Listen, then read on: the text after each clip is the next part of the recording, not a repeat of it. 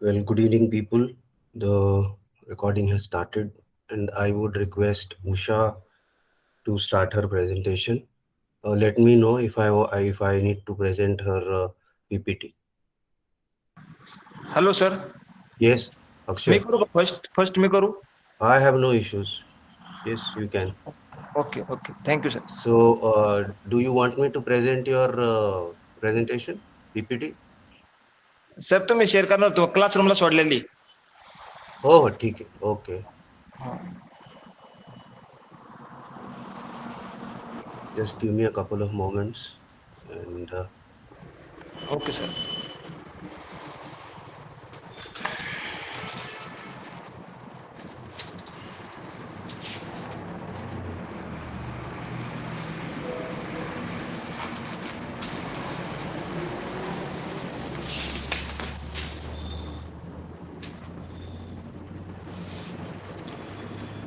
Okay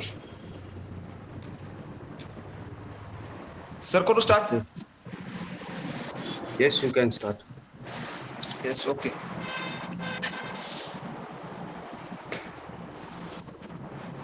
all of you good evening. My name is Akshay Vitthal Hargude. My PPT presentation is name crop rotation. Sir पान next next page.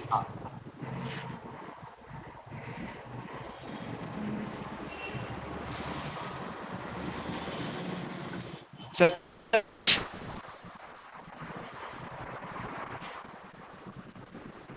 Next याच्या पुढलं घ्या ना crop रोटेशनचं. ते काय आलं ना याच्या पुढचं अजून. हा याच्या पुढचं घ्या.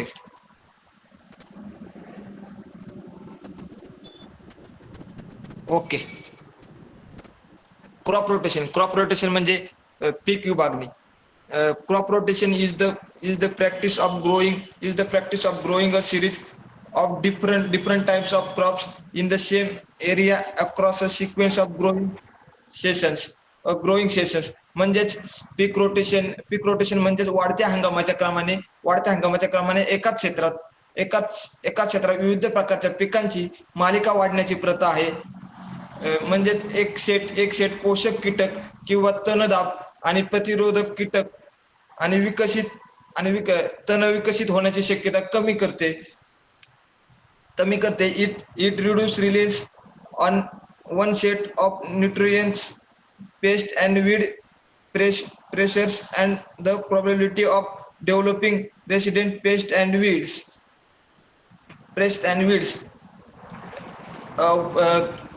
पोष पोषक तत्वांचा वापर संतुलित न करता आणि कीटक आणि तण समुदायामध्ये विविधता न आणता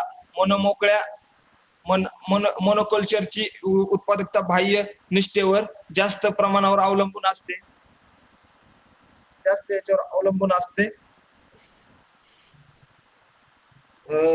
Growing the same crop in the same place for many years in a row.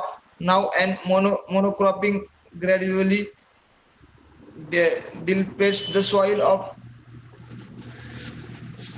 certain nutrients and selects for a highly competitive pest and weed community. म्हणजे पोषक तत्वांचा वापर संतुलित न करता आणि कीटक आणि तण समुदायामुळे विविधता न आणता मोनोकल्चरची उत्पादकता बाह्य निष्ठेवर मोठ्या प्रमाणात अवलंबून असते. Conversely, a well designated crop rotation can reduce the need for synthetic fertilizers and herbicides by better using ecosystem service from a diverse structure from a diverse set of crops. म्हणजेच या उलट पिकांच्या विविध संचयामधून पर्यावरणीय सेवांचा पर्यावरणीय सेवांचा अधिक चांगल्या प्रकारे वापर करून डिझाईन केलेले पीक रोटेशन सायंटिफिक खते आणि तणनाशकांची गरज कमी करू शकते. Additionally, crop rotation can improve soil texture and organic matter, which reduce erosion and increase farm system relations. Relation म्हणजेच या व्यतिरिक्त पीक रोटेशन जमिनीची रचना आणि सेंद्रिय पदार्थ सुधारू शकतात, ज्यामुळे धूप कमी होते आणि शेती प्रणालीची लवचिकता मोठ्या प्रमाणात वाढलेली आपल्याला दिसून येते. Sir next page.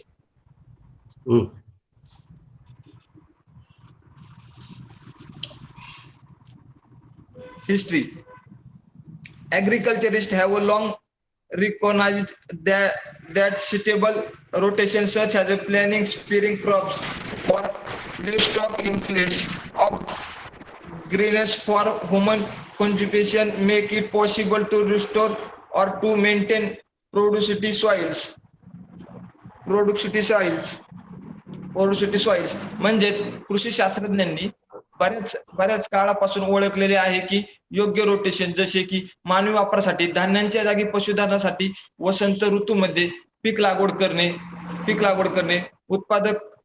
उत्पादक माती पुनर्सूचित करणे किंवा राखणे शक्य होताना आपल्याला दिसून येते. Ancient Near Eastern farmers preceded crop rotation in 6000 BC without understanding the chemistry, alternative planning, legumes and cereals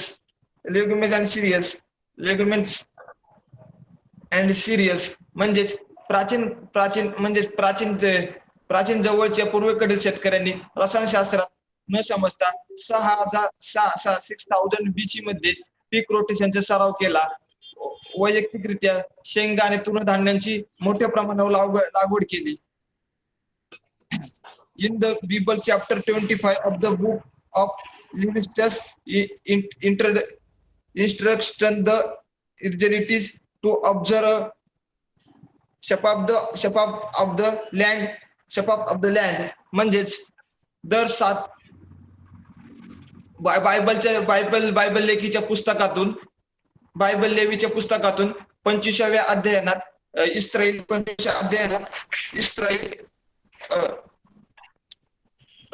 Israel लोकांना देशांचा शताब्द ऑफ द लँड हा साजरा करण्याचे निर्देश दिले आहे. Every seventh year the world not till rain or even control instate म्हणजे दर 7व्या वर्षी ते रोपांची छाटणी किंवा कीटकाद्वारे नियंत्रण ठेवत नाहीत. Under the 2-field rotation of the land was planted in a year will the other half follow. Then in the next year the 2 fields were received in China. Both the 2-field and 3-field system had been used since the Eastern Zhou period.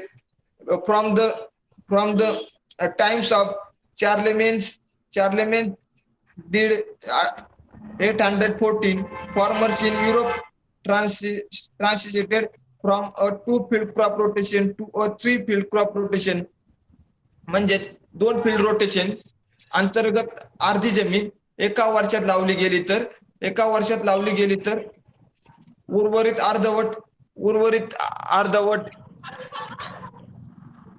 अर्धवट पडलेली नंतर पुढच्या वर्षी दोन्ही उलटी झालेली. चीनमध्ये पूर्व जो काळापासून 2-field आणि 3-field सिस्टीम दोन्ही वापरल्या जात होत्या. युरोपमधील चार्लेमेन शेतकऱ्याच्या काळापासून 2 शेतातील पीक रोटेशन 3-field पीक रोटेशन मध्ये संक्रमण केलेले आपल्याला दिसून येते. Sir next page.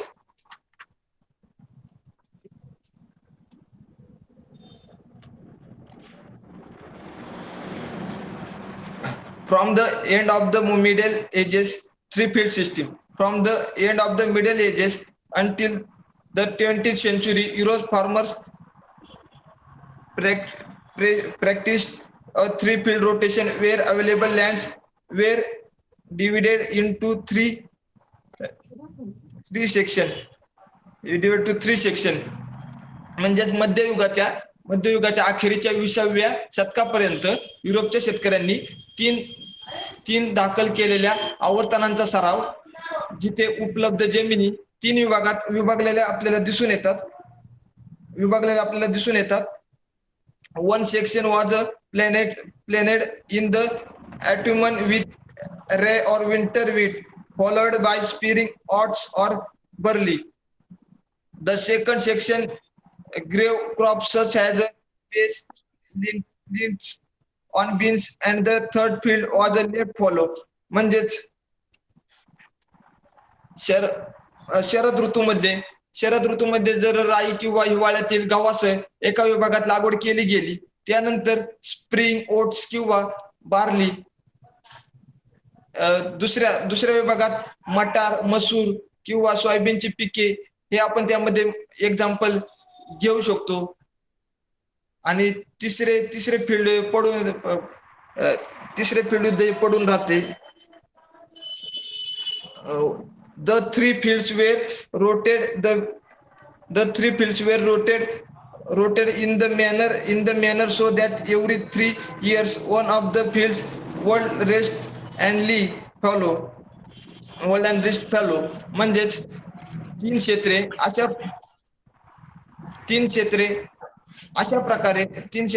प्रकारे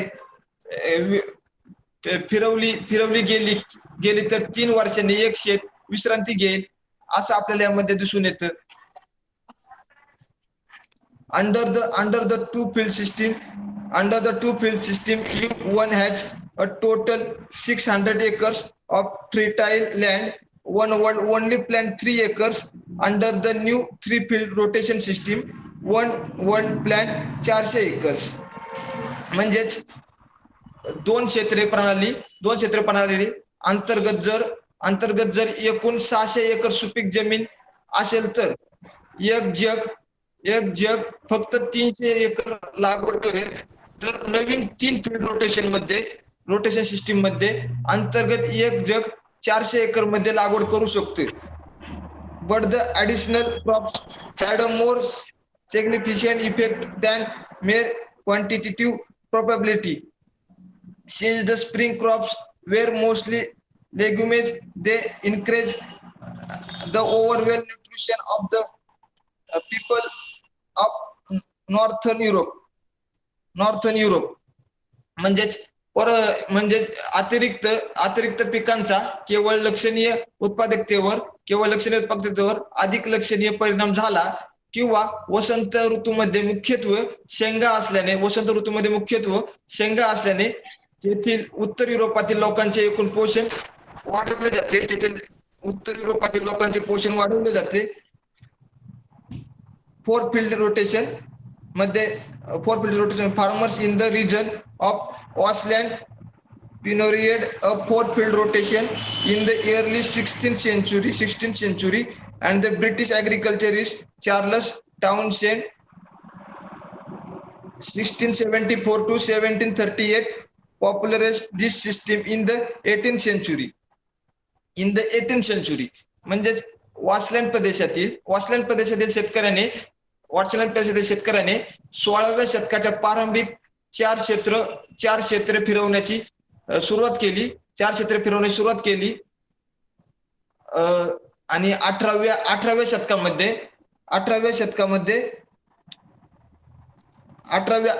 शतकामध्ये ब्रिटिश क्रुशियल चार्ल्स डाउनशेंड यांनी ही प्रणाली मोठ्या प्रमाणावर लोकप्रिय केली.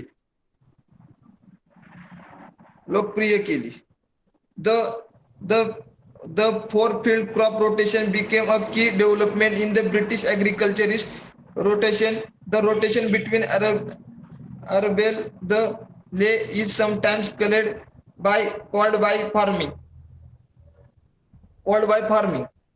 म्हणजेच ब्रिटिश कृषी क्रांतीमध्ये चार क्षेत्रे पीक रोटेशन हा एक प्रमुख विकास बनला. 4 क्षेत्रामध्ये पीक रोटेशन हा प्रमुख विकास बनला. जिरायती आणि त्या दरम्यान कधी कधी ते फार्मिंग असे म्हणतात. Sir next page.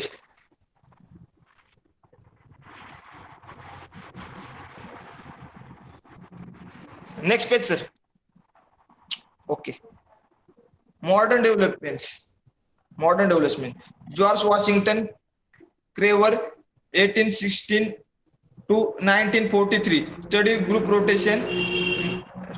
rotation method in the United States, teaching southern farmers to rotate soil depleting crops like cotton with soil increasing crops like paints and peas, paints and peas. George Washington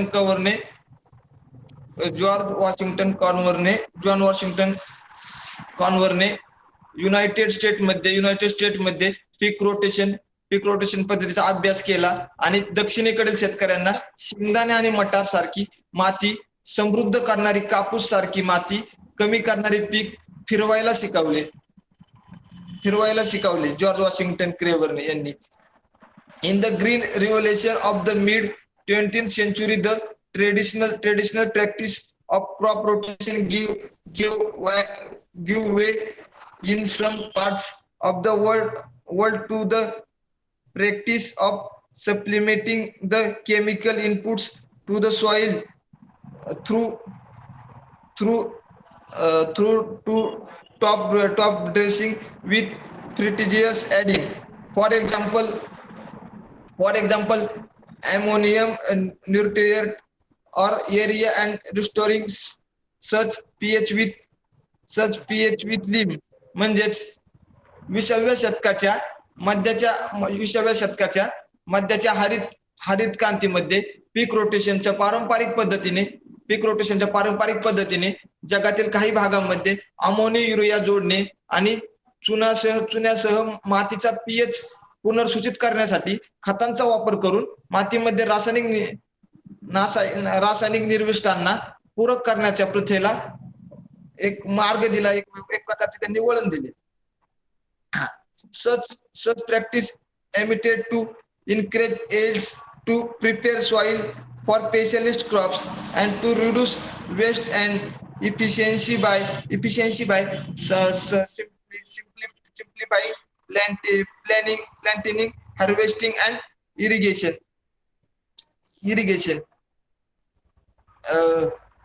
म्हणजेच तज्ञ पिकांसाठी माती तयार करण्यासाठी उत्पादन वाढवणे आणि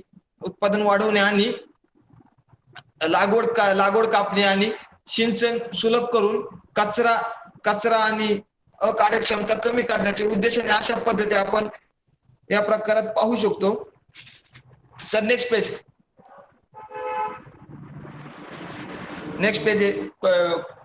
crop choice म्हणजे पिकांची निवड. आपण पिकांची निवड कशा पद्धतीने करतो त्यामध्ये parliamentary assignment of crop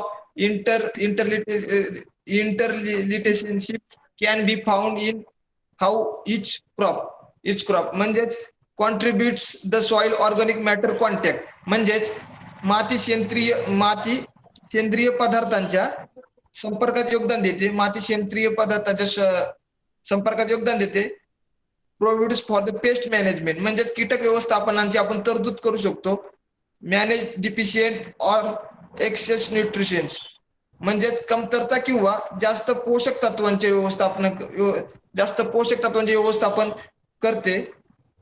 how it contributes to or controls for the soil erosion म्हणजेच मातीची धूप होण्यासाठी ते कसे योगदान देते किंवा नियंत्रित कसे ठेवले जाते हे आपण यामध्ये पाहतो. Interbreeds with other crops to produce hybrid offspring म्हणजे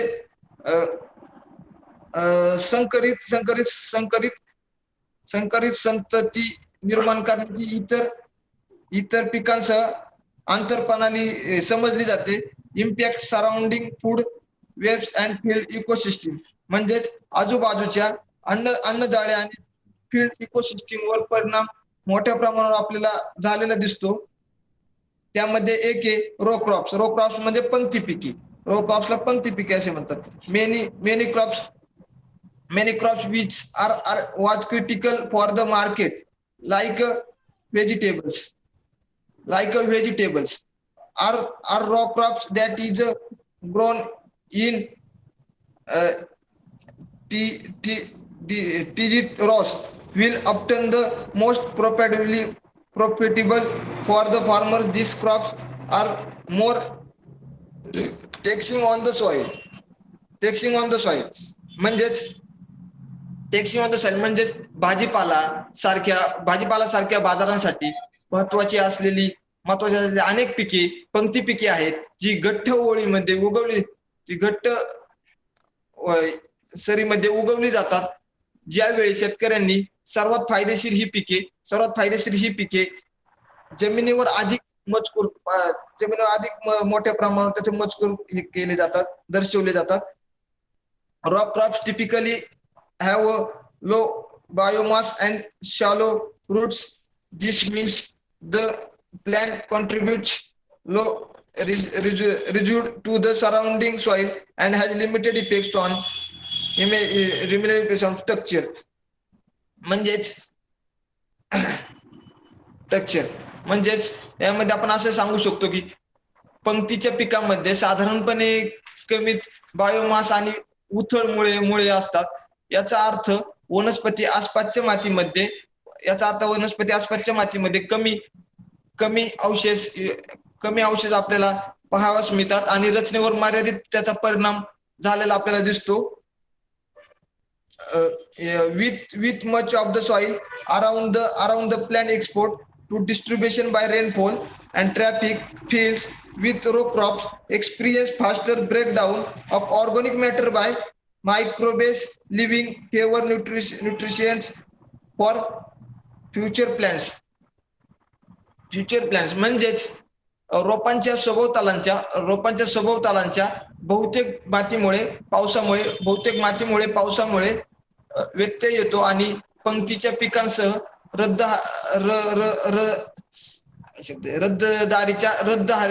रद्ददारीच्या क्षेत्रामध्ये सूक्ष्मजीवांद्वारे सेंद्रिय पदार्थांचा वेगाने विघटन होतो आणि भविष्यातील वनस्पती कमी पोषक तत्वे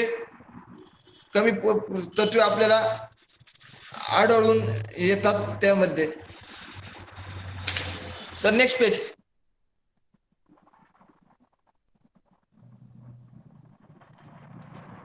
ओके. लेग्युमेज म्हणजे याला आपण डाळीचाही प्रकार म्हणू शकतो किंवा शेंगाही त्याला म्हटले जाते एक प्रकारचं.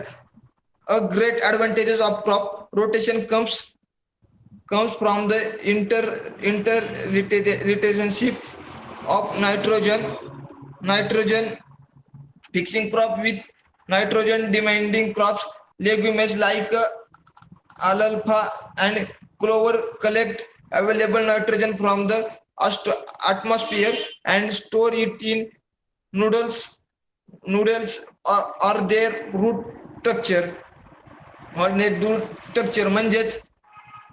म्हणजेच आपण याला असंही बोलू शकतो की पीक रोटेशनच्या एक मोठा फायदा नायट्रोजनची मागणी असलेल्या पिकांसह नायट्रोजन फिक्सिंग पिकांच्या परस्पर संबंधावर होतो किंवा अल्फा आणि क्लेवर सारख्या शेंगा वातावरणातून उपलब्ध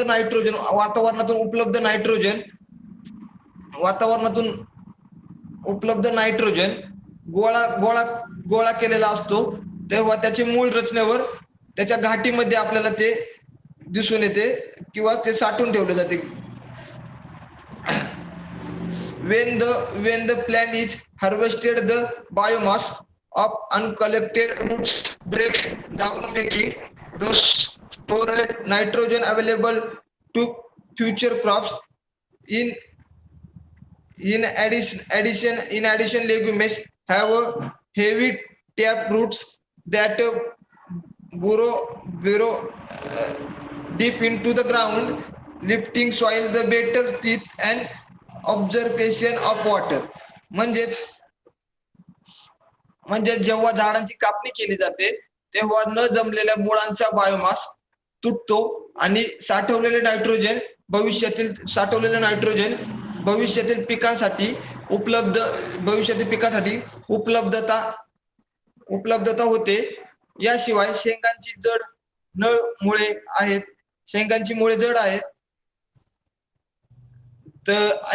जी जमिनीत उचलून जमिनीत खोलवर पोहोचतात आणि जेणेकरून चांगले जो आणि पाणी त्यामध्ये शोषले जाते. Cereal and grasses are grasses and cereals म्हणजेच गरज आणि तृणधान्य. क्रियल आणि grasses for frequent cover crop because of the many advantages they supply to soil quantity and structure.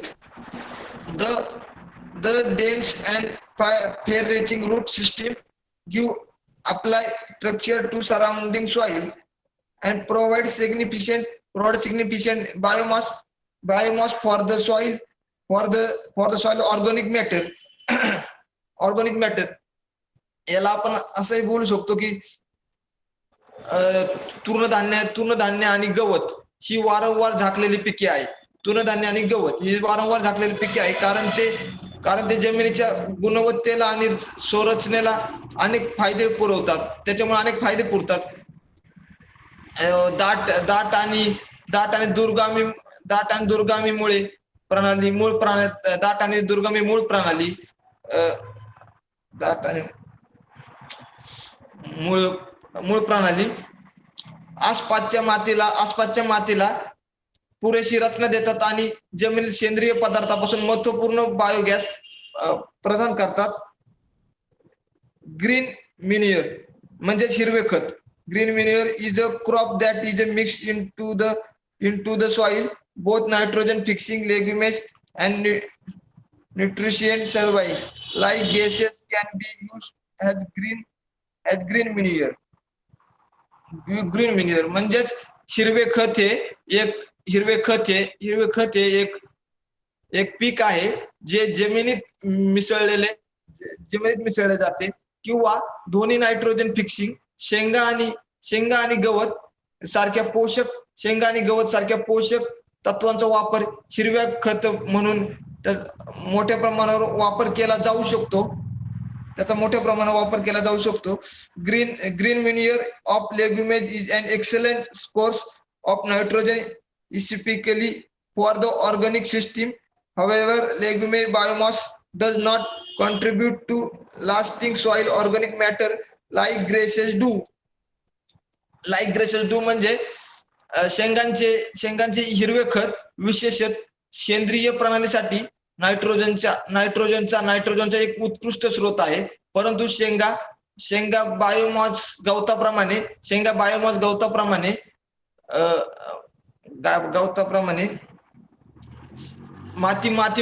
मातीमधील सेंद्रिय पदार्थांना कायमस्वरूपी योगदान देत नाही. त्यांना देत नाही. Sir next page. Planning rotation म्हणजे फिरण्याचे नियोजन. there are numerous factors that must to taken into consideration when planning a crop rotation. For example, planning an effective rotation requires weighing fixed and fluctuating production, circulation, market, farm size, labor supply, climate, soil type, growing particles, its. म्हणजेच आपण यामध्ये its for a crop rotation must consider in the condition one crop will leave the soil for the succeeding crop and how one crop can be seeded with another crop. म्हणजेच पीक rotation मध्ये पुढील पिकांसाठी कोणत्या स्थितीत माती सोडली जाईल, कोणत्या स्थितीत माती सोडली जाईल, किंवा एका पिकाला दुसऱ्या पिकासह कसे बीज देता येईल, एका पिकाला दुसऱ्या पिकासह कसे बीज देता येईल याचा विचार केला जाऊ शकतो. त्याचे फॉर एक्झाम्पल आपण बघितलं तर nitrogen fixing crop like legumes should always precede a nitrogen depleting one. Similarly, a low reduced crop should be offset with a high mass cover crop like a mixture of grasses and legumes.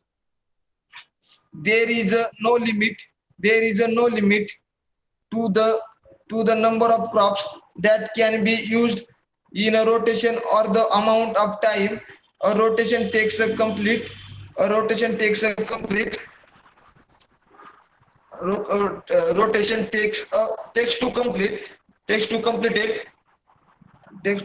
म्हणजेच rotation बद्दल बोलायचं गेलं तर निर्णय वर्षापूर्वीच्या हंगामापूर्वी किंवा अगदी शेवटच्या क्षणी घेतले जाणारे पीक जेव्हा नफा मातीची गुणवत्ता वाढवण्याची संधी स्वतःला सादर करावी लागते. Decisions about rotation are made years period, sessions period, or even at the last minute when an opportunity to increase profit or soil quantity present itself. म्हणजे यामध्ये आपण असं बोलू शकतो की रोटेशन बद्दल निर्णय आपण वर्षापूर्वीच्या हंगामापूर्वी किंवा अगदी शेवटच्या क्षणी घेऊ शकतो किंवा त्याचाही नफा मोठ्या प्रमाणात कमी जास्तही करण्याची संधी आपल्याला मिळू शकते.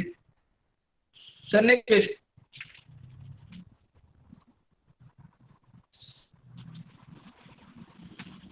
Page sir.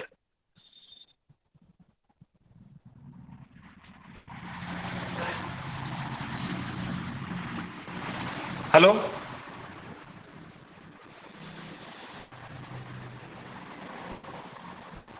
सर. केलं नेक्स्ट पेजेस? नाही सर, आलं नाही. केलं प्लॅनिंग रोटेशनच्या पुढलं इम्प्लिमेंटेशनच्या पुढं का? हा पुढं ह्याच्यावर काय बोलायचं नाही तुला या स्लाइडवर?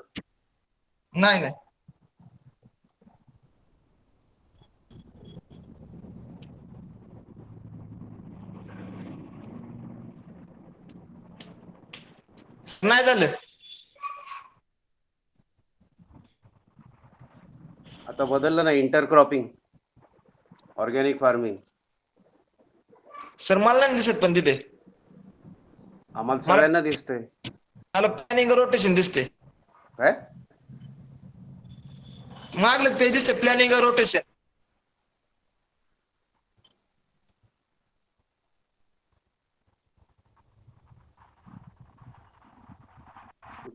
तू आम्हाला जे पाठवलेलं आहे हा त्याच्यात हे सगळं आहे बघ. प्लॅनिंग अँड रोटेशनच्या पुढं इम्प्लिमेंटेशन ना. आम्हाला सगळ्यांना दिसतंय. ओके हा आला. इम्प्लिमेंटेशन अंमलबजावणी क्रॉप मी काय रोटेशन. म्हणतो, तू हे नुसतं वाचून दाखवतोय, जरा त्याचं हे सांग, पटपट सांग, नाहीतर तास पण पुरायचं नाही तुला. तू तेच इंग्लिश मधलं परत मराठीमध्ये करून दाखव. ते थोडासा अर्क सांग पटापट, कारण बऱ्याच स्लाइड आहे तुझ्या. इम्प्लिमेंटेशन म्हणजेच अंमलबजावणी. त्यामध्ये आपण पाहिलं तर आपण crop rotation system may be inputs and other practice such as additional livestock and intercropping or multiple cropping. It is common organic cropping system.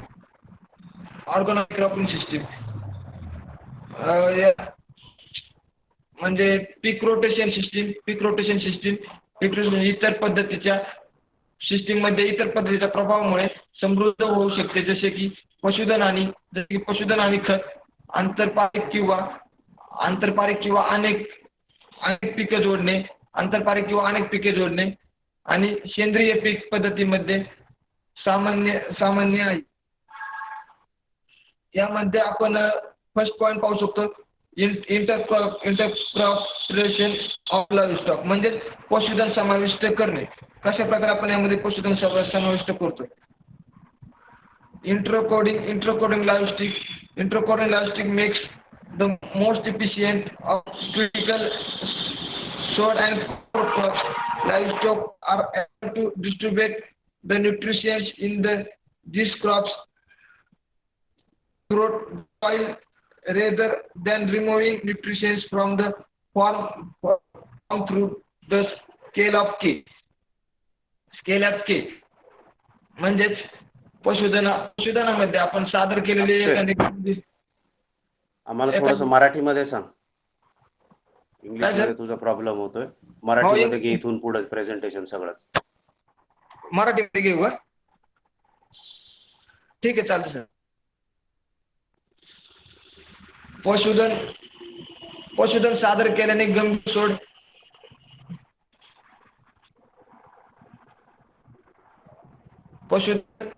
पशुधन केल्याने गंभीर आणि कवर पिकांच्या सर्वात कार्यक्षम वापर होतो. गवताच्या विक्रीद्वारे आपण शेतातील पोषक द्रव्ये काढून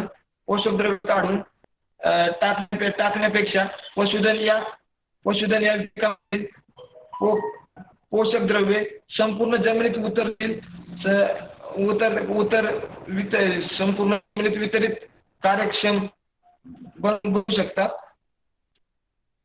किंवा मिश्र शेती किंवा पशु लागवडीचा सराव. पशुधनाच्या समावेशामुळे पिकांचे रोटेशन आणि सायकल पोषक तत्वांचा व्यवस्थापन करण्यात मदत होऊ शकते.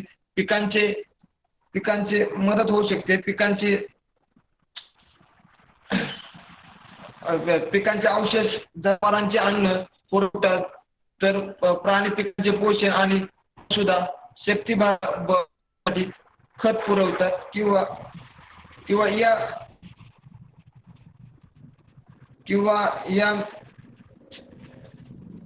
या प्रक्रियेअंतर्गत पोषक सायकलिंगला प्रोत्साहन देतात आणि सिंथेटिक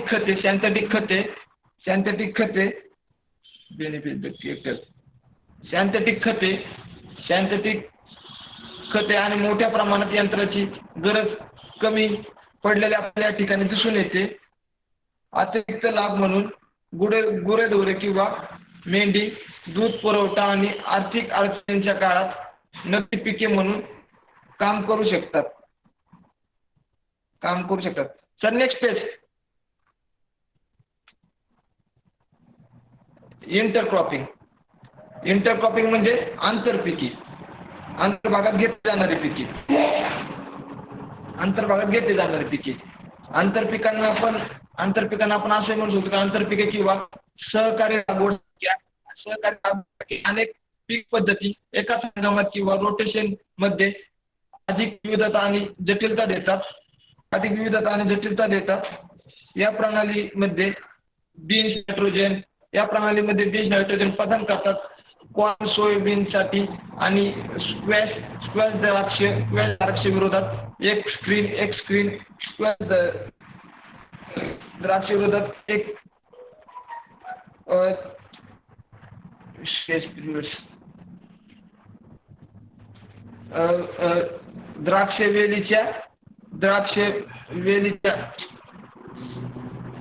द्राक्षवेलीच्या विरोधात एक स्क्रीन प्रदान करते. किंवा वायनिंग स्क्वॅश दबणारी छत किंवा कॉर्न भुकेले रेकोनसाठी निरुत्साह प्रदान करते. ऑर्गॅनिक फार्मिंग म्हणजे सेंद्रिय शेती. ऑर्गॅनिक फार्मिंगला आपण सेंद्रिय शेती म्हणू शकतो. सेंद्रिय प्रमाणपत्र मिळवणाऱ्या शेतीसाठी युनायटेड स्टेट्समध्ये सेंद्रिय खते मिळवणाऱ्या स्टेट्समध्ये पीक रोटेशन हा एक आवश्यक असा सराव मानलेला प्रकार आहे. For example the crop rotation practice stands for the National Organic Program under the US Code of Federal Religious Registration 6,205.205 states 6,205.205 states शेतकऱ्यांना पीक रोटेशन लागू करणे आवश्यक आहे. जे मातीच्या सेंद्रिय खतापासून पदार्थ तयार करते किंवा तयार झालेले किंवा कीटक नियंत्रित करते आणि पोषक तत्वांचे संरक्षण करते आणि धुपापासून संरक्षण करते. For example, producer of perennial crops that are rotated by other practices such as cover crops to maintain soil health. So next page.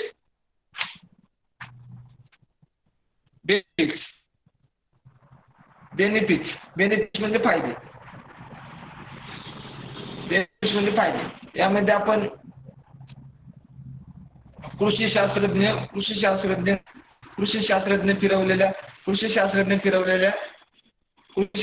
फिरवलेल्या पिकांमध्ये रोटेशन इफेक्ट म्हणून उत्पन्न देण्याच्या फायद्याचे वर्णन करतो.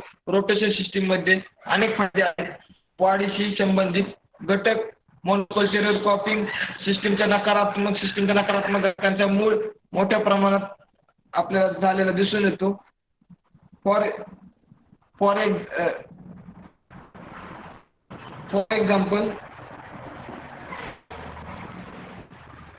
basically improved nitrogen, pathogen and weed stress reduction and improved soil structure have been found in safe cases to be correlated to beneficial rotation effects. त्यामध्ये soil organic matter म्हणजे माती सेंद्रिय पदार्थ. त्यामध्ये आपण पाहिलं तर रोटेशन मध्ये विविध प्रजातीचा वापर, जमिनीच्या सेंद्रिय पदार्थांची वाढीव, मातीची रचना किंवा पिकांसाठी रासायनिक आणि जैविक मातीचे वातावरण सुधारण्यास अनुमती दिली जाते. For example, with for some water interpretation and repetition improves, providing increased drought tolerance and discourage erosion.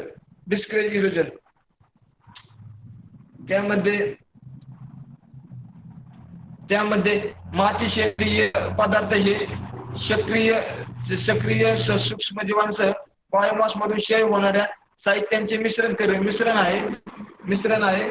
For example crop rotation by nature increases exposure to biomass from soil, green manure and various other plant debris. So next page.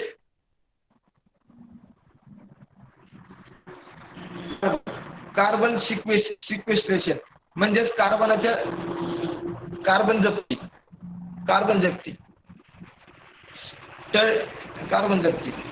यामध्ये आपण अभ्यासानुसार असे दिसून आले आहे की पीक परिभ्रमण माती सेंद्रिय कार्बन सामग्री माती सेंद्रिय पदार्थांचे मुख्य घटक मोठ्या प्रमाणात आपल्याला या ठिकाणी वाढलेले दिसतात. अक्षय, थोडं लवकर घे. हो सर, हो.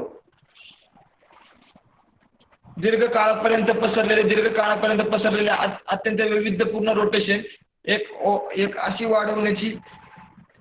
वाढवण्याची आखीक वाढवण्यासाठी अधिक प्रभावी असल्याने दिसून आले आहे. तर मातीचा त्रास SOCच्या पातळीमध्ये जास्त घट्ट होण्यास कारणीभूत आहे. त्यामध्ये फिरण्याची पॅथोरॉन अँड पेस्ट कंट्रोल म्हणजे रोगकारक आणि कीटक नियंत्रण. रोगकारक आणि कीटक नियंत्रण यामध्ये आपण असं सांगू शकतो की पीक रोटेशनचा उपयोग रोगांवर नियंत्रण करण्यासाठी केला जातो, जो कालांतराने जमिनीच्या स्थापित होऊ शकते किंवा त्यामध्ये आपण असं for example the changing of crop in sequence dresses the population level of pest by मध्ये एक इंटरपुटिंग पेस्ट लाईफ सायकल्स म्हणजे कीटक जीवन चक्रात आणणे किंवा इंटरसेपिंग पेस्ट हॅबिट म्हणजे कीटकांचा अधिवास. त्यामध्ये नेक्स्ट पॉईंट वीड मॅनेजमेंट म्हणजे तृण व्यवस्थापन. यामध्ये आपण काही पिकांना विशेषत पिकांच्या आवर्तनामध्ये समाविष्ट करणे. तण व्यवस्थापनासाठी विशेष मूल्य ठरवले जाते.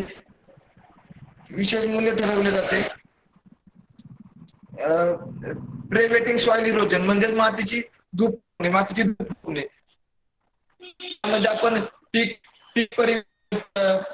पाण्याद्वारे धुपातून गमावलेले मातीचे प्रमाण लक्षणीयरित्या कमी करू शकतो किंवा शून्य आणि कमी लागवडीच्या धूप शेती व्यवस्थापन पद्धतींना असंवेदनशील असलेल्या क्षेत्रांमध्ये पावसाच्या थेंबाचा परिणाम, गाळाचा परिणाम, वाहून जाणे किंवा मातीचे नुकसान कमी करण्यासाठी विशिष्ट पीक रोटेशन पद्धतीसह पूरक केले जाऊ शकते. Sir next page. बायोडायव्हर्सिटी म्हणजे जैवविविधता. याला आपण बायोडायव्हर्सिटीला असे म्हणू शकतो की पिकांच्या जैवविविधता आसपासच्या परिसर संस्थेवर फायदेशीर परिणाम म्हणून वाढवणे आणि जमिनीतील प्राणी, कीटक आणि फायदेशीर सूक्ष्मजीव विविधता वाढवू शकते. For example some studies point increased nutrition availability for crop rotation under organic system compared to conventional practice on organic practice are less likely to have or biological microbes in soil organic matter such as Brussler microbe which increase nutrient uptake in plants. विविधता कृषी पर्यावरणीय प्रणालीची लवचिकता देखील या ठिकाणी आपल्याला वाढलेली दिसते. क्रॉप रोटेशन फॉर प्रोडक्टिव्हिटी म्हणजे शेत उत्पादकता. Crop rotation contributes in increased yields through improved soil nutrition. For example, by requiring planning and harvesting of different crops at different times, more land can be farmed with the same amount of machinery and labor. म्हणजे पीक rotation सुधारित करण्यासाठी मातीच्या पोषणाद्वारे उत्पादनात वाढ करण्यास योगदान दिले जाते. रिस्क मॅनेजमेंट म्हणजे रिस्क व्यवस्थापन. Crop in the rotation can reduce the risk of adverse weather for the individual farmer म्हणजे रोटेशन मधील विविधता पिके वैयक्तिक शेतकऱ्यांसाठी प्रतिकूल हवामानाचा धोका कमी करू शकतो. Sir next page. चॅलेंजेस म्हणजेच आव्हाने. क्रॉप रोटेशन मध्ये आपल्याला आव्हानं कोणती येतात? त्यामध्ये requires a great deal of planning. Crop choice must respond to a number of fixed conditions. म्हणजे फॉर एक्झाम्पल आपण बघितलं तर salt topography, climate and erosions. And in addition to candidates that may change dramatically from year to the next. त्यामध्ये आपण पाहिलं तर for example weather, market, labour supply. In this way, it is unwise plan crops years in advance. Improper implementation of crop rotation plan may lead imbalances in the soil nutrition composition or fluid of affecting a critical crop. म्हणजेच पीक rotation योजनेच्या अयोग्य अंमलबजावणीमुळे जमिनीची पोषक मध्ये असंतुलन होऊ शकते, पोषकांमध्ये असंतुलन होऊ शकते किंवा गंभीर पिकांवर रोगजनकांचा संक्रमणाचा परिणाम मोठ्या प्रमाणावर आपल्याला झालेला दिसून येतो किंवा होऊ शकतो. The quantification of fertility rotation may take years to become apparent to experienced soil scientists and can take just a long to correct. म्हणजे सदोष रोटेशनमुळे परिणाम अनुभवी माती शास्त्रज्ञांनी स्पष्ट होण्यास कित्येक वर्ष लागू शकतात आणि दुरुस्त होण्यास तितका वेळ लागू शकतो असे दर्शवले आहे सायंटिस्टने. Sir thank you. झालं.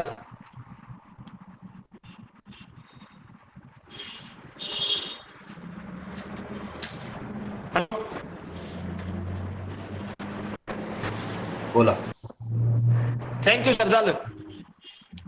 झालं ना.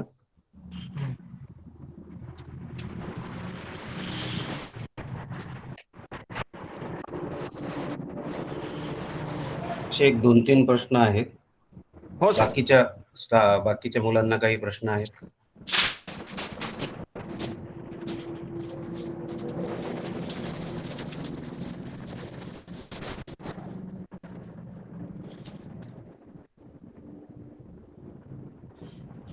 बाकीच्या मुलांना काही प्रश्न नाहीत?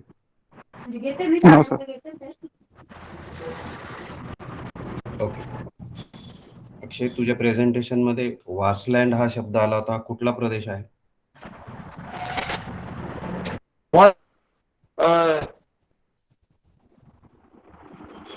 नॉर्थ ईस्ट स्टेट मध्ये ते मोडतो. भारताच्या? हा.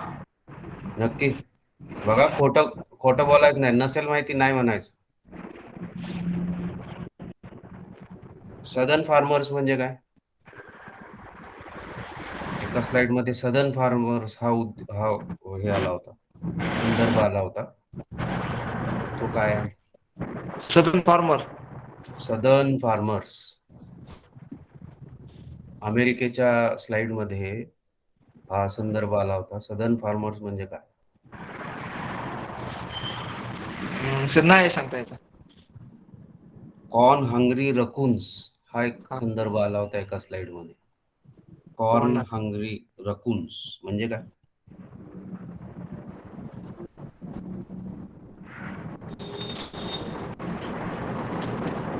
Corn hungry रकून्स.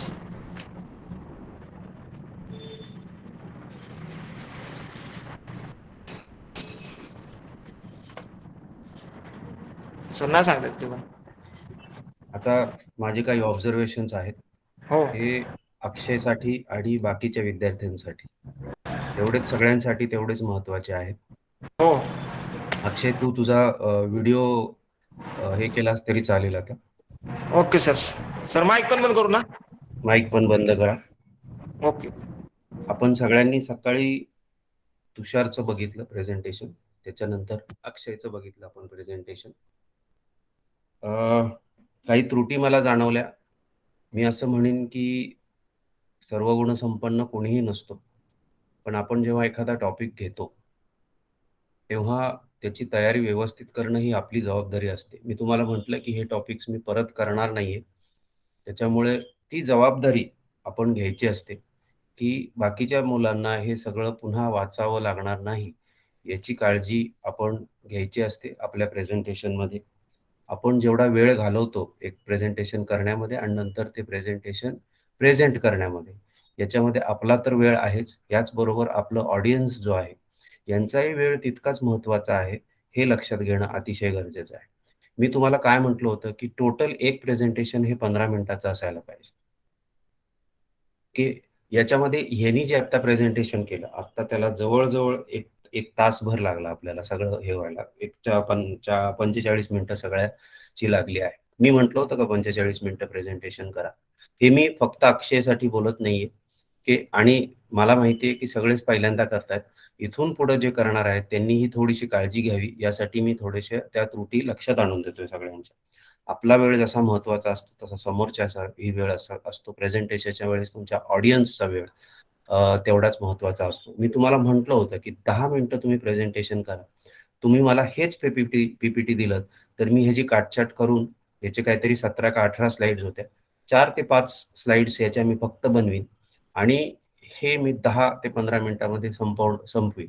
हे कधी होतं? तर मी घेतलेला टॉपिक हा व्यवस्थित वाचन करून, रिसर्च करून केलेला. याची गडबड काय होते, मी ह्याला म्हटलं, की शेवटी मला कळलं ह्याचा इंग्लिशचा प्रॉब्लेम आहे. तर मी ह्याला म्हटलं, की मराठीत सांग. तर मराठीतही ह्याला सांगता येईना. म्हणजे काय? तर अभ्यास कमी पडतो आपला. एक तर आपल्याला इंग्लिशमध्ये व्यवस्थित सांगता आलं पाहिजे किंवा मराठीमध्ये व्यवस्थित सांगता आलं पाहिजे. दोन्हीमध्ये सांगता येत नाही, याचा अर्थ आपला अभ्यास हा कुठेतरी कमी पडतोय, हे निश्चित.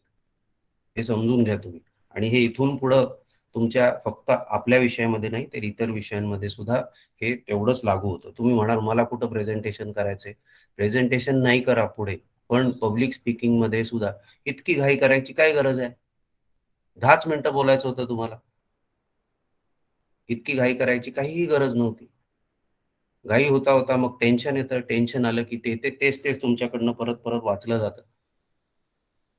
ह्याच बरोबर लिटरल ट्रान्सलेशन बऱ्याच ठिकाणी त्यांनी लिटरल ट्रान्सलेशन म्हणजे जसाच्या तसं ट्रान्सलेशन. ॲक्चुअली एका ठिकाणी मी बघितलं की ऑफस्प्रिंग हा शब्द आला होता. त्यांनी ते लिटरल ट्रान्सलेशन केलं त्याचं संतती का असं काहीतरी हे केलं होतं, की झाडांच्या बाबतीत आपण ही प्रजाती म्हणू शकतो. नवीन प्रजाती, पुढची प्रजाती असं म्हणू शकतो. एका ठिकाणी ग्रीन हा शब्द आला होता. त्यांनी हिरवं असं वापरला. हरित हा शब्द. टेक्निकल शब्द तुमचे व्यवस्थित तिथे आले पाहिजेत. आता इंग्लिशचं म्हणाल तर आपण आपल्या सगळ्यांसाठी ही परकीय लँग्वेज आहे. आणि मी सकाळी तुम्हाला काही टिप्स दिल्या, की इंग्लिश कसं सुधारवता येईल तुम्हाला तुमचं. ह्या व्यतिरिक्त आपल्याला जर आपल्या प्रेझेंटेशनमध्ये अवघड शब्द असतील, तर हे शब्द उच्चारायचे कसे याचे सुद्धा ॲप आहेत. ह्या ॲपमध्ये आपण टाकून बघितलं पाहिजे आणि ते ऐकलं, की ते देवनागरीमध्ये लिहून घ्यायचे. म्हणजे आपण मराठीची जी लिपी लिहितो, त्याच्यामध्ये लिहून घ्यायचे. 2-3दा ते उच्चारायचे. ऑटोमॅटिकली तुम्हाला ते कसं उच्चारायचं हे कळेल. तर हे सुद्धा तुम्ही इथून पुढे करावं. प्रोनान्सिएशनचे ॲप आहेत, अनेक ॲप आहेत. त्याचा कुठलाही डाउनलोड करून घ्या. त्याच्यामध्ये तुम्ही इंग्लिश शब्द टाइप केला, की हे प्रोनाउन्स कसा करायचा हे येईल. आपल्याला तो देवनागरीमध्ये लिहून घ्यायचा व्यवस्थित, तंतोतंत लिहून घ्यायचा आणि मग त्याचा वापर आपण निश्चित करू शकतो. अजून एक महत्त्वाची बाब माझ्या निदर्शनास आली, की त्याला मेसेज येत होते का काही येत होते. अशा वेळेस आपल्याकडे फक्त आपला डिव्हाइस असेल आणि आपल्याला तो प्रेझेंटेशन करता वापरायचा असेल, तर तो शक्यतो आपण फ्लाइट मोडवर टाकावा. कारण त्यावेळेस प्रेझेंटेशन करण्यापेक्षा अजून काही महत्त्वाची जबाबदारी असणं योग्य नाही. तुमचं कॉन्सन्ट्रेशन लूज होतं इकडं-तिकडं. त्याच्यामुळे आपलं प्रेझेंटेशन जेव्हा येईल, तेव्हा शक्यतो आपला मोबाईल हा फ्लाइट मोडवर टाकला, की बाकी तुमचे कुठलेही डिस्टर्बन्सेस तुम्हाला येत नाहीत. ओके. मी म्हटलंच जसं की घाई घाई करायची काही गरज नव्हती. अ, घाई करायची काही गरज नव्हती आणि अ, त्यामुळे मग प्रोनान्सिएशनच्या चुका ह्या सगळ्या होत असतात. तुम्ही ॲक्चुअली तू तू हे कुठनं तरी घेतलं होतंस आणि त्याचं कट पेस्ट तू रेफरन्सची स्लाईड लावली नाहीस, हे सुद्धा माझ्याकडनं नोट करायचं राहून गेलं. पण आत्ता माझ्या लक्षात आलं, की कुठनं रेफरन्स घेतला हे त्याच्यामध्ये दिसत नाहीये. कुठनं अमुक एका रेफरन्सवरनं ते कॉपी पेस्ट केलं होतं आणि त्याचे तुकडे-तुकडे स्लाइड्समध्ये केले होते. मी सकाळीच सांगितलं आणि परवा सुद्धा सांगितलं, की टेक्स्ट मॅटर जो आहे, हा जस्टिफाय करून घ्या, जेणेकरून तो छान दिसतो आपल्यासमोर. मी तुम्हाला सकाळी सुद्धा म्हटलं, की 7 ते 8 ओळी खूप झाल्या. तुझ्या 7 ते 8 ओळी अर्ध्या ह्याच्यातच होत होत्या. तुझ्या म्हणजे आता अक्षय आपल्यासमोर आहे म्हणून बाकीच्या विद्यार्थ्यांनीही इथून पुढे काळजी घेणं अतिशय गरजेचं आहे, की नेमकं काय असेल. कसं होतं समोर असलं, की आपल्याला ते वाचावंसं वाटतं. आपण ते वाचून घ्यायचं, त्याचा कंटेंट अर्क समजून घ्यायचा आणि त्याचा महत्त्वाचा पॉइंट, की मी माझं लेक्चर असं केलं असतं तर ते शफीचं पुस्तक जवळ-जवळ 1000 पानाचं आहे. हे असं असं मला तुमचे लेक्चर घ्यायचे म्हटले तर ते 5 महिने सुद्धा पुरायचे नाहीत आपल्याला ॲग्रीकल्चरल जिओग्राफी करायला. नेमकं आपण ते वाचणं अपेक्षित आहे. तर म्हणूनच मी तुम्हाला छोटे-छोटे एक-एकच टॉपिक दिलेले आहेत. त्याचबरोबर आता मी हे थोड्या वेळाने रेकॉर्ड केलेलं डाउनलोड करणार आहे आणि डाउनलोड करून हे पुन्हा तुमच्या ह्याच्यावर टाकणार आहे आणि तुम्हाला त्याची लिंक पाठवणार आहे. तुम्ही पहा याच्यामध्ये किती कधी-कधी इतकं बोरिंग होतं ते नुसतं टेक्स्ट मॅटर, नुसतं टेक्स्ट मॅटर. अधून-मधून त्याच्यामध्ये फोटोग्राफ असणं गरजेचं आहे, चित्र असणं गरजेचं आहे, की याच्यावरनं काय दिसतं, की आपण जे काम हाती घेतलेलं आहे त्याच्याबद्दल आपणच साशंक आहोत एक आणि दुसरी गोष्ट आपण याबद्दल सीरियस नाही आहोत, की 5-6 दिवस दिले होते मी तुम्हाला हे सगळं तयार करताना. बरेच विद्यार्थी अजून सुद्धा तुम्हाला वेळोवेळी मी मेसेज टाकतोय, पण अजून सुद्धा फक्त 6 पी-पी-टी आलेले आहेत मला. बाकीचे विद्यार्थी काय करतायत? की त्याच्यानंतर आपण जेव्हा एखाद्या व्यक्तीला सांगतो, की माझी स्लाईड तुम्ही ऑपरेट करा किंवा प्रेझेंट करा. तर शक्यतो आणि हा नियम आत्ताच नाही तर इथून पुढे आयुष्यात सगळीकडे पाळणं अतिशय गरजेचं आहे. तुम्ही जेव्हा एखाद्याला सांगता, की माझी स्लाईड चेंज कर, तर प्लीज हा शब्द हे करायचं. आत्ता तुम्ही तुम्ही ऐका नंतर. हेच लेक्चर अक्षयचं तुम्ही नंतर ऐका. तो असा अंगावर आल्यासारखा आणि मला त्याने कामाला ठेवलं. गंमत गंमत करतोय मी. पण मला कामाला ठेवल्यासारखं, "सर पुढची, सर पुढची, सर पुढची." असं नाही. प्लीज नेक्स्ट स्लाईड प्लीज असं रिक्वेस्ट करायची असते तुम्ही, जो तुमचा स्लाईड ऑपरेटर असतो तो. झाली की शेवटी तुम्ही थँक म्हणणं अपेक्षित असतं आणि हे बघा सॉरी, प्लीज हे शब्द इंग्लिशमध्ये अतिशय महत्त्वाचे आहेत आणि हे मराठीमध्ये सुद्धा तेवढेच महत्त्वाचे आहेत. धन्यवाद म्हणा, की सॉरी आता हा सर्वचलित शब्द आहे. त्याच्यामुळे सॉरी इकडे सुद्धा मराठीमध्ये सुद्धा तुम्ही म्हणू शकता. मी मगाशीच म्हटलं, की स्लाईड वाचायच्या नव्हत्या तुम्हाला मी सुरुवातीलाच सांगितलं होतं. हा काय करत होता, तर इंग्लिश वाचायचा, त्याच्यामध्ये प्रोनाउन्सिएशन चुकायचं. एकतर लिटरल ट्रान्सलेशन होतं आणि त्याचबरोबर तेच तो मराठी करून सांगायचा आपल्याला, की हे जर त्यांनी समजून घेतलं असतं, तर त्याला तेवढा वेळ लागलाच नसता. समोर इंग्लिश ठेवलं. मी बऱ्याच वेळा असं करतो, की स्लाईड इंग्लिशमध्ये असते, पण तुमच्याशी हेच करताना मी मराठीमध्ये बोलत असतो. तेच इंग्लिश आणि तेच मराठी किती बोरिंग होईल.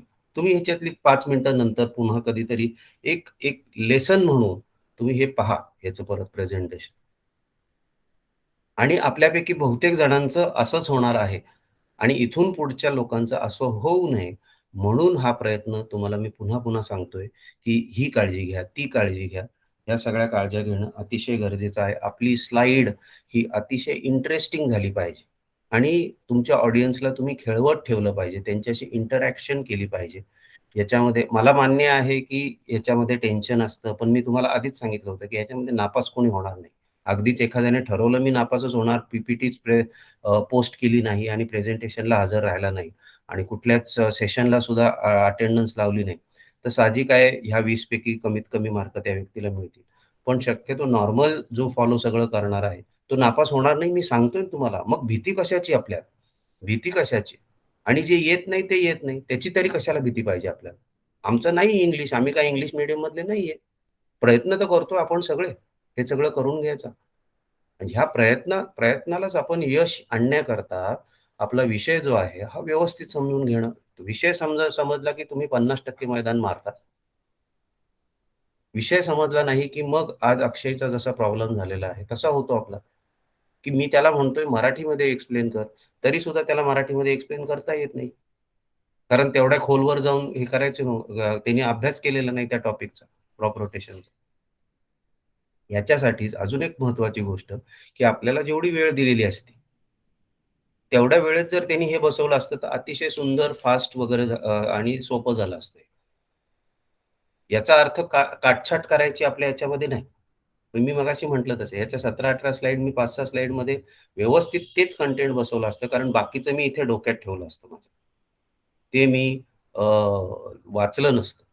ते नेमक्या गोष्टी मी तुम्हाला सांगितल्या असत्या आणि फिनिश केला असता टॉपिक. तर ह्या काही ऑब्झर्वेशन्स आहेत. याच्या पुढेच्या जे स्टुडंट आहेत, की आता मगाशी अजून एक गमतीशीर प्रसंग आहे हा आणि म्हणून इथे नमूद करेन मी, की मी स्लाईड चेंज केली, की मला माझ्या शेजारी मी मगाशी सकाळी सुद्धा म्हटलं, की मी मोबाईल सुद्धा लावून ठेवलेला आहे इथे, की नेमकं सगळ्या बाकीच्या लोकांना हे कसं दिसतंय? त्या अनुषंगाने माझा मोबाईलही चालू आहे. माझ्या इथे स्लाईड चेंज केली लॅपटॉपवर, की ती मोबाईलवर सुद्धा होत होती. पण अक्षय म्हणत होता, की "सर नाही झाली, नाही झाली." ॲक्चुअली हा प्रॉब्लेम कोणाचा असू शकेल हे आपण समजून घेणं अपेक्षित आहे, की आपला नेट स्पीड तेवढा आहे का? नसेल त्याच्यामुळे ती स्लाईड आपल्या मोबाईलवर दिसायला थोडा वेळ लागत असेल. ह्या टेक्निकल गोष्टी, ह्या सुद्धा आपण समजून घेणं म्हणजे पी-पी-टी नुसतं तयार करणं आणि प्रेझेंटेशन हे म्हणजे तयार करून हे इकडे प्रेझेंट करणं नाही. त्याच्या अवतीभोवतीच्या ज्या टेक्निकल गोष्टी आहेत, ह्या सुद्धा आपण समजून घेणं गरजेचं आहे. आणि ह्या एकदा आपल्याला समजल्या, की पुढे आपल्याला त्याचा प्रॉब्लेम येणार नाहीये. तर ह्या काही गोष्टी मला इथे नमूद करायच्या असतील. मी पुन्हा म्हणतो, की आपण सगळेच एका नावेत आहोत, की आत्ता अक्षयचं तसं झालं म्हणून त्याचा रेफरन्स येतोय. बाकी विद्यार्थ्यांच्या बाबतीत मी अ, मी म्हणेन, की आज जे मी सांगितलेलं आहे त्याच्याबद्दल तुम्ही थोडीशी काळजी घ्या. 100% काय म्हणतो करेक्शन होईल असं मी मानणार नाही आणि मी म्हणतोय, मी पहिल्यापासून म्हणतोय, तुम्हाला मी प्रेझेंट करायला लावतोय, एक एक्सपिरियन्स म्हणून तुम्हाला मी हे प्रेझेंट करायला लावतोय. आपल्याला इथून पुढे जेव्हा प्रेझेंट करू, कारण तुमच्यापैकी काही लोकं पुढच्या वर्षी डिसर्टेशन घेणार आहेत. डिसर्टेशनमध्ये तुम्हाला जवळ-जवळ 20 ते 25 मिनिटं बोलावं लागतं तुमच्या रिसर्च टॉपिकवर आणि अशा वेळेस मग तिथे आपली गडबड होऊ नये. आपली स्लाईड कशी असावी, पी-पी-टी कशी बनवावी, याच्यातले बारकावे जे आहेत, हे तुम्हाला आत्तापासूनच कळावेत आणि ह्या सगळ्याचा सराव तुम्ही कराल अशी मी अपेक्षा बाळगतो. ओके. तर आज आता आपल्याकडे पुढचं प्रेझेंटेशन घ्यायची वेळ एवढी एवढी वेळ उरलेली नाहीये. मी ॲक्चुअली प्लॅन केला होता, की प्रत्येक विद्यार्थी 15-15 मिनिटं बोलेल. पण सकाळी सुद्धा आपल्याला थोडा वेळ लागला. पण तुम्ही पाहाल, की तुषारचं जे प्रेझेंटेशन होतं, हे तेवढं बोरिंग झालं नाही. अक्षयचं लिटरली मी म्हणेल, की थोडंसं बोर झालं. मला सुद्धा थोडंसं बोर झालं. मी काही गोष्टी टिपून घेत होतो त्याच्यामुळे मला तेवढं म्हणजे प्रॉब्लेम आला नाही आणि माझा वेळ जात राहिला. पण एवढा वेळ आपण नुसतं वाचूनच दाखवतो. हे म्हणजे कुठल्यातरी पुस्तकातला एखादा धडा आपण वाचून दाखवतोय ऑडियन्सला. हे ऑडियन्सचा वेळ खाणं आणि आपल्या सगळ्या ऑडियन्सवर अन्याय होतो, असं आहे. माझे लेक्चर्स असे होतात का? की मी असं म्हणत नाही, की नाही. माझे लेक्चर्स ही बेस्ट असतील. पण एक पर्टिक्युलर लेव्हलनी माझे लेक्चर्स होतात. त्याच्यातनं तुम्ही काही बोध घ्या. की सर मुद्दा कसा कव्हर करतात, अख्खच्या अख्खं घेतात का? शक्यतो डेफिनिशन वगैरे असेल ते अख्खच्या अख्खं घ्यावं. बाकी अजिबात नाही. आपण समजून घ्यायचं आणि मी म्हटलं ना नंतर मला त्याची अडचण कळल्यावर मी म्हटलं मराठीत बोल. तर मराठीत सुद्धा कसं ते होत होतं शेवटी तो इंग्लिशमध्येच वाचायला लागला. आपल्याला आपलं आता बऱ्याच वेळेस असं सुद्धा होतं, की आज आता कसं हे सगळ्यांची पहिली वेळ आहे. त्याच्यामुळं मी हवा तेवढा वेळ देतोय. पण बऱ्याच वेळेस असं होतं, डिसर्टेशनच्या बाबतीत तुम्हाला आधीच सांगून ठेवतो मी, की असं होतं, की तुम्हाला सांगितलेलं असतं, की 20 मिनिटाचं प्रेझेंटेशन करा. पण त्या दिवशी काही झालं, तर तुम्हाला सांगितलं जातं, "नाही, हे प्रेझेंटेशन आता तुम्ही 10 मिनिटात उरकायचं आहे." तर नेमकं त्या 20 मिनिटात मी जी तयारी केलेली आहे, ती 10 मिनिटात मी नेमकी तयारी कशी काय बसवायची, याचं सुद्धा रिहर्सल केलं पाहिजे. किंवा असं असं वाटलं, की नाही 20च्या ऐवजी तुम्हाला 30 मिनिटं दिली, की तोच कंटेंट मी वाढीव कसा करू शकतो, तोच कंटेंट मी बारीक कसा करू शकतो, हे मी थिअरीच्या बाबतीत सुद्धा आणि रिटर्न प्रश्नाच्या बाबतीत सुद्धा सांगतो, की वेगनरची थिअरी जी आहे, वेगनरची थिअरी आपल्या सगळ्यांना माहिती असते. वेगनरची थिअरी म्हणजे काय? हा प्रश्न 20 शब्दांसाठी सुद्धा येऊ शकतो, 50 शब्दांसाठी सुद्धा येऊ शकतो, 100 शब्दांसाठी येऊ शकतो, 200-300 शब्दांसाठी येऊ शकतो. तर हा मी 20 शब्दांसाठी काय लिहिणार आहे? ओके. त्याच्यातलं पहिलं वाक्य घेऊन चालणार नाही ना आपल्याला फक्त. नेमका त्याच्यातला अर्क मला 20 शब्दामध्ये सांगता आला पाहिजे, 200 शब्दामध्ये सांगता आला पाहिजे, 500 शब्दापर्यंत लिहायचं म्हटल्यावर काय-काय लिहायचं मी याच्यामध्ये? ही माझी तयारी पाहिजे. ही तयारी करणं अतिशय गरजेचं आहे. प्रत्येक विद्यार्थ्यांनी इथून पुढे काळजी घ्यायची आहे. आता इथून पुढे मी तुम्हाला 3rd सेमिस्टरला, 4th सेमिस्टरला शिकवायला नसतो. पण ह्या लेक्चर्सचा तुम्ही आधार घेऊन, याच्यातनं तुम्ही बोध घेऊन, अनफॉर्च्युनेटली बॉडी लँग्वेजबद्दल माझी तुमचं लेक्चर झालं नाही. अनफॉर्च्युनेटली इंग्लिशचा अभ्यास कसा करावा, की म्हणजे लँग्वेजचा म्हणत नाही, त्याचा प्रेझेंटेशनचा कसा अभ्यास करावा, हे एक मी लेक्चर अंडर ग्रॅज्युएटच्या मुलांना आणि पीजीच्या मुलांना सुद्धा आपण ऑफलाईन असतो तेव्हा देत असतो. पण हे इतकं भरभर चाललेलं आहे. आता आपण कुठे थोडंसं अभ्यास केला नाही तर हे म्हणतात आता ऑगस्ट एंडपर्यंत सिलेबस संपवायचा आणि 1 सप्टेंबरपासून तुमची परीक्षा सुरू होणार आहे 75% पोर्शनवर. तर ह्याच्यामध्ये कुठेतरी काहीतरी गोष्टी राहून जात आहेत. तुम्हाला तरी कधी वाटलं तर आणि वेळ असेल तर आपण निश्चित इंग्लिश बोलण्याबद्दल आणि इतर सराव कसा करावा, काय करावा याच्याबद्दल आपण लेक्चर निश्चित घेऊ.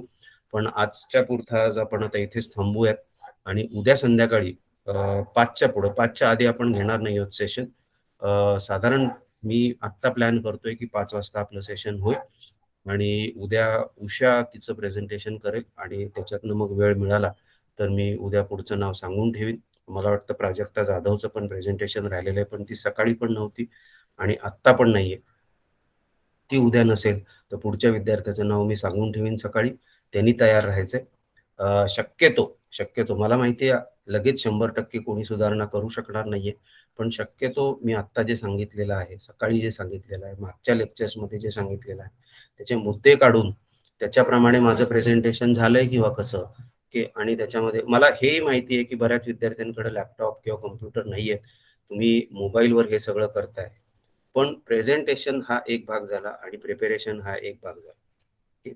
तर ही थोडीशी काळजी आपण इथून पुढं घेणं गरजेचं आहे. मी रेकॉर्डिंग स्टॉप करतो आणि फक्त 1च मिनिटं मला द्या.